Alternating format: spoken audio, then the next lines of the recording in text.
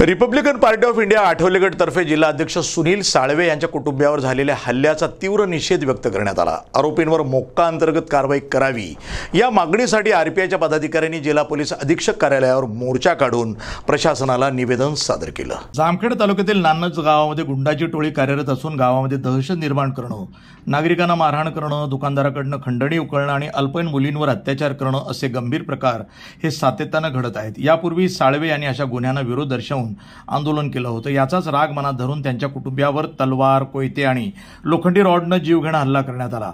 या हल्ल्यामध्ये महिलांनाही गंभीर जखमी करण्यात आलं। अभिजित साळवे यांच्यावर 15-16 वार करून त्यांना बेशुद्ध पडेपर्यंत मारहाण करण्यात आली।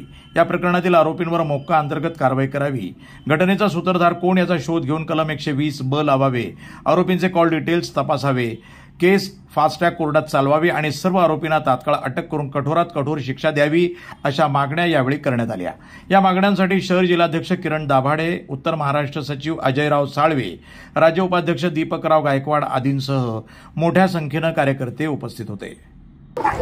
आमचे दक्षिणेचे जिल्हा अध्यक्ष सुनील साळवे प्रथमतः पाहायला गेलं तर त्यांचं काम जिल्हाभर चांगलं आहे आणि ते जिथं जिथं अन्याय अत्याचार होतो तिथं ठामपणे उभं राहतात।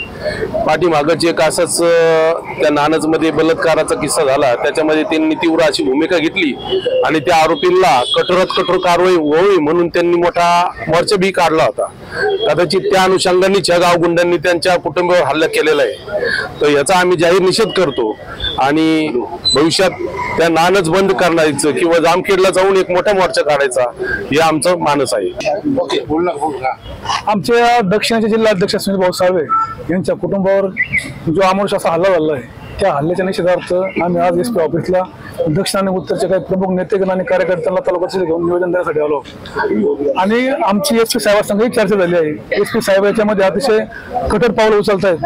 त्यांनी पण आरोपीला अटक केलेली आहे, येथून आरोपी अटक राहिलेले आहेत आणि तेही आम्ही लवकर अटक करून त्यांच्यावर आम्ही 100% मोक्याची पोलिसी पूर्ण करू आणि ती अतिशय मोठी गुंडाची टोळी आहे, 2500 गुंड आहेत, ती त्यांना हवे आहेत आणि त्यांचं म्हणणं असं आलं की जी पुण्याची कोयता गँग आहे ती जामखेड तालुक्यामध्ये येऊ पाहते आणि आम्हाला त्यांना नष्ट करायची आहे आणि म्हणून आम्ही 100% या आरोपी सगळे अटक करून त्यांच्यावर आम्ही मोका टाकणार अशी आम्हाला एसपी साहेबांनी आम्हाला एक स्पष्ट संकेत दिले आणि आम्ही पण आरपीआयच्या वतीने आमचे जेवढे गट आहेत, आमच्या महिला भगिनी असे सगळे आम्ही एकत्र होऊन आज आम्ही निवेदन देण्यामागे हेच कारण आहे की आम्ही सुनील साळवे काही एकटे कुटुंब नाही, आम्ही सर्वच त्यांच्या पाठीमागे आहोत आणि लवकरच आम्ही जामखेड तालुका पोलीस स्टेशनवर आम्ही मोठ्या संख्येने एवढ्या 10-12 दिवसात मोठा मोर्चा काढणार आहोत आणि आरोपीला जोपर्यंत मोकांतर कारवाई होत नाही तोपर्यंत आम्ही नगर जिल्ह्यामध्ये प्रत्येक पोलीस स्टेशनवर प्रत्येक तहसील कार्यालयावर आम्ही आमचे निवेदन देणार आहोत आणि आमचे निश्चित आम्ही व्यक्त करणार आहोत। अशी आमची सर्व पक्षाची भूमिका आहे, आमची आरपीआयची भूमिका आहे। ही भूमिका आम्ही आज एसपी साहेबांना पण सांगितलं आहे। मी विजय वाकचौरे, रिपब्लिकन पक्षाचा महाराष्ट्राचा उपाध्यक्ष।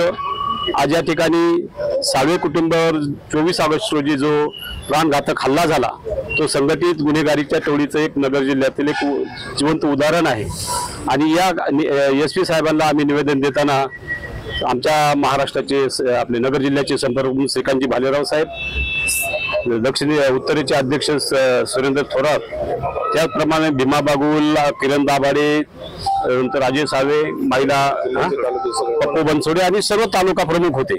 सर्वांची नावं या ठिकाणी घेणं शक्य नाही, पण प्रचंड संख्येनं प्रमुख कार्यकर्ते या ठिकाणी आलेले आहेत। आमची अशी मागणी आहे की अहमदनगर जिल्ह्यामध्ये जातीय तणावाचं वातावरण निर्माण करण्यासाठी संघटित गुन्हेगारीचा वापर होत आहे असं दिसतंय। जो 24 ऑगस्टला सुनील साळवेंच्या कुटुंबावर हल्ला झाला त्यातील त्यांचा पुतण्या आहे, त्या पुतण्याचा एक डोळा निकामी झालेला आहे। मुलाला त्यांनी तलवारीने एवढे वार केलेले आहेत का हातावर, पायावर, डोक्यावर वार केलेले आहेत, पण त्यांच्या पत्नीवर पण सुद्धा तलवारीने वार केलेत आणि जामखेड जिल्ह्यात जी मराठवाड्याच्या बॉर्डरवर असल्यामुळे मोठ्या प्रमाणावर त्या ठिकाणी संघटित गुन्हेगारांचा आणि तलवारीचा याचा वापर होतो।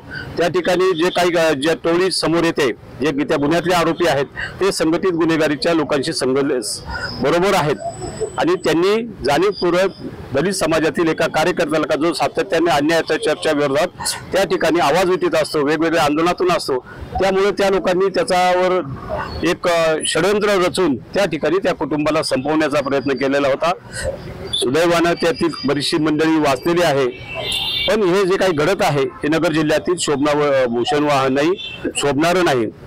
आम्ही रिपब्लिकन पक्षाच्या वतीनं मागणी करतो का सुनील साळवेंच्या कुटुंबाला पोलीस संरक्षण दिलं पाहिजे, त्याच्या घराला संरक्षण दिलं पाहिजे. जे आरोपी आहेत ते पकडले ते त्यांना मोकाखाली अटक केली पाहिजे. जे राहिलेले आरोपी आहेत आणि त्याच्या मागचा जो सूत्रधार कोणी असेल त्या सूत्रधाराला सुद्धा अटक झाली पाहिजे. आणि राजकीय दृष्ट्या काम करणाऱ्या कार्यकर्ता, चळवळी करणाऱ्या कार्यकर्त्यावर असे जर हल्ले झाले, असे हल्लेच्या मागे जे काही लोक असतात त्या लोकांना त्या ठिकाणी पोलीस प्रशासन शोधून त्यांच्यावर कारवाई केली पाहिजे. आम्ही सर्व चळवळीत काम करणारे कार्यकर्ते आहोत. आम्ही अन्याय त्याच्या विरोधात सातत्याने रस्त्यावरचा संघर्ष करतो. त्यामुळं एखाद्याच्या विरोधात म्हणून नाही, परंतु या समाजाला न्याय मिळण्याचा, व्यक्तींना न्याय मिळवून देण्याचं काम आम्ही करत असताना आमच्या कार्यकर्त्यांवर असे हल्ले होता कामा नये. आणि जर झाले तर त्याला जसंच तसं उत्तर आम्ही रस्त्यावर उतरून सुद्धा देऊ शकतो.